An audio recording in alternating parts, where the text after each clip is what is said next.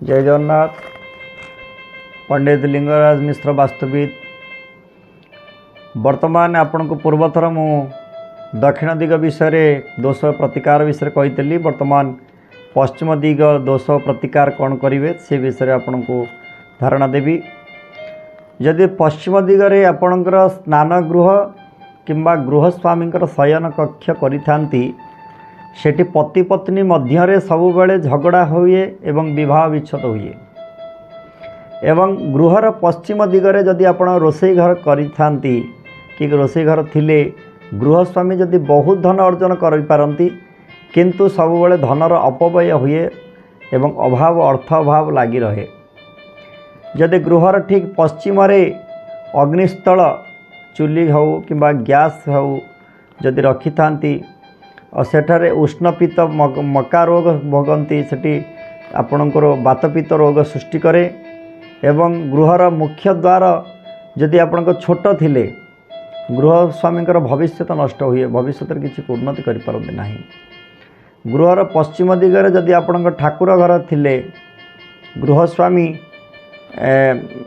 कौनसी तंत्र एवं गुणी गारेडी विद्या प्रति आग्रही हेबे से जिनस उपर आपण सब मन आसब। पश्चिम दिगरे जदि शौचालय हुए पश्चिम दिगरे जदि शौचालय थाए अचानक धन लाभ हुए। गृहर पश्चिम पटर जदि निम्न है जदि आपणकर गृहर पश्चिम दिग निम्न रखि थांती तेले अपजस धन हानि हुए सेठी आपणकर बहुत अपजस पाती धन हानि हुए। गृहर पश्चिम पटरे थिबा जदि द्वार नैऋत्य कोण पट थिले जदि आपणकर पश्चिम पटर जो द्वारटा जदि नैऋत्य कोण रे करि थांती ताले दीर्घस्थायी रोग सृष्टि हुए असमय रे मृत्यु हुए आर्थिक स्थिति आपन को देखा दे।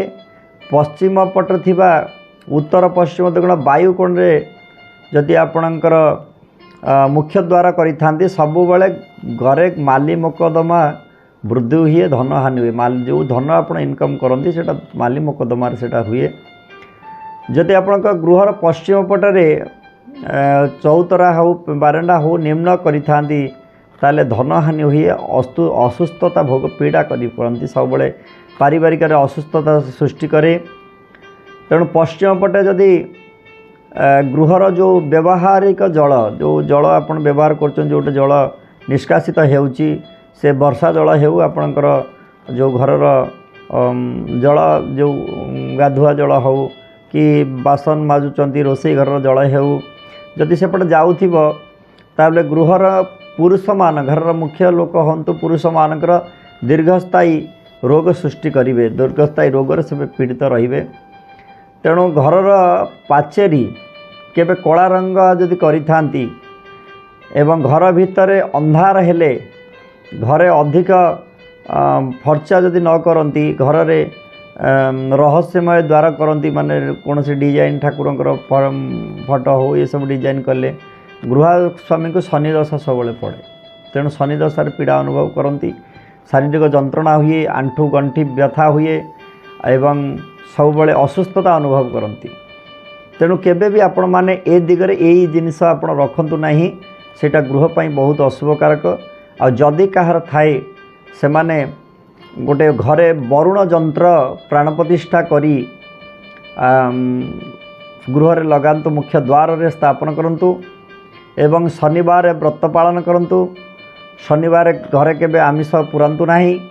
शनिवार दिन अश्वत्थ वृक्ष मूल रे टिके जल दियंतु सेठी धला रंगर फूल अर्पण करी पारिवारिक मंगल पई प्रार्थना करंतु। एवं जदि रास्ता कड़े अश्वत्थ गछ लगाइबे तार अत्यंत शुभदायक हेब। तेणु अश्वत्थ वृक्ष पूजा कले आपणकर पश्चिम दिगर समस्त दोष खंडन हेब। तेणु गृहकर्तांकर मंगल हेब। तेणु आशा करे पश्चिम दिगरे कौन सी जदि ये जिनस आप रखि था तार यही प्रतिकार करेंगे एवं नचेत से जगार से जिनस दूरीभूत कले आपण पाई मंगलमय हेब। सही वास्तुदेव पाखे प्रार्थना करी आपणकर मंगलमय प्रार्थना करुछि। जय जगन्नाथ।